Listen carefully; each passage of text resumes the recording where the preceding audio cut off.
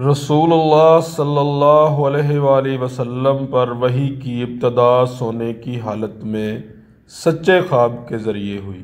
چنانچہ حضرت صلی اللہ علیہ وآلہ وسلم جو خواب بھی دیکھتے تو وہ صبح کی روشنی کی طرح سامنے آ جاتا، اور حضرت صلی اللہ علیہ وآلہ وسلم غار حرا میں چلے جاتے اور اس میں تنہا خدا کی یاد کرتے تھے۔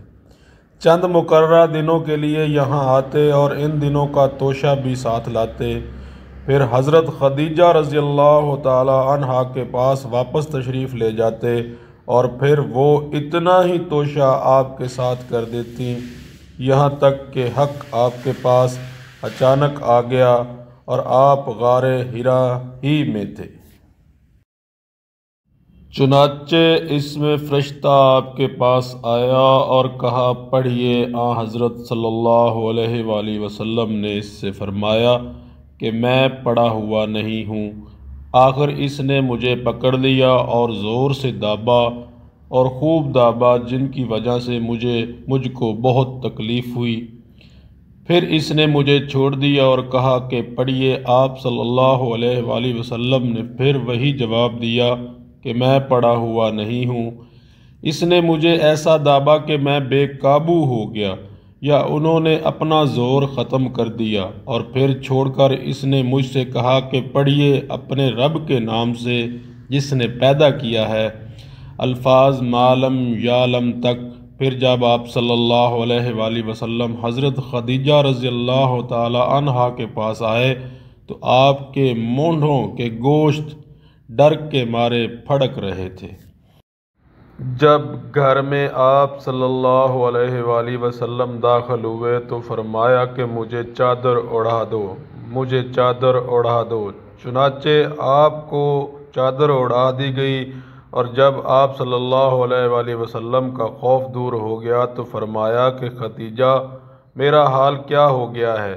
پھر آپ صلی اللہ علیہ وآلہ وسلم نے اپنا سارا حال بیان کیا اور فرمایا کہ مجھے اپنی جان کا ڈر ہے، لیکن حضرت خدیجہ رضی اللہ تعالی عنہا نے کہا کہ خدا کی قسم ایسا ہرگز نہیں ہو سکتا، آپ خوش رہیے، خدا ون تعالی آپ کو کبھی رسوا نہیں کرے گا۔ آپ تو صلہ رحمی کرتے ہیں، بات سچی بولتے ہیں، ناداروں کا بوجھ اٹھاتے ہیں، مہمان نوازی کرتے ہیں، اور حق کی وجہ سے پیش آنے والی مصیبتوں پر لوگوں کی مدد کرتے ہیں۔ پھر آپ صلی اللہ علیہ وآلہ وسلم کو حضرت خدیجہ رضی اللہ عنہا ورقہ بن نوفل بن اسد بن عبد العزیٰ بن قصی کے پاس لائیں، جو حضرت خدیجہ رضی اللہ عنہا کے والد خویلد کے بھائی کے بیٹے تھے، جو زمانہ جاہلیت میں عیسائی ہو گئے تھے اور عربی لکھ لیتے تھے، اور وہ جتنا اللہ تعالیٰ چاہتا عربی میں انجیل کا ترجمہ لکھا کرتے تھے۔ وہ اس وقت بہت بوڑھے ہو گئے تھے اور بینائی بھی جاتی رہی تھی۔ ان سے حضرت خدیجہ رضی اللہ عنہا نے کہا بھائی اپنے بھتیجے کی بات سنو۔ ورقہ نے پوچھا بھتیجے تم کیا دیکھتے ہو؟ حضرت صلی اللہ علیہ وآلہ وسلم نے جو دیکھا تھا وہ سنایا تو ورقہ نے کہا یہ تو وہی فرشتہ جبرائیل علیہ السلام ہے جو موسیٰ علیہ السلام پر آیا تھا۔ کاش میں اس وقت جوان ہوتا، تمہیں تمہاری قوم نکال دے گی اور زندہ رہتا۔ حضرت صلی اللہ علیہ وآلہ وسلم نے پوچھا کیا یہ مجھے نکالیں گے؟ ورقہ نے کہا ہاں، جب بھی کوئی نبی رسول وہ پیغام لے کر آیا جسے لے کر آپ آئے ہیں تو اس کے ساتھ دشمنی کی گئی، اور اگر میں نے تمہارے وہ دن پا لیے تو میں تمہاری بھرپور مدد کروں گا۔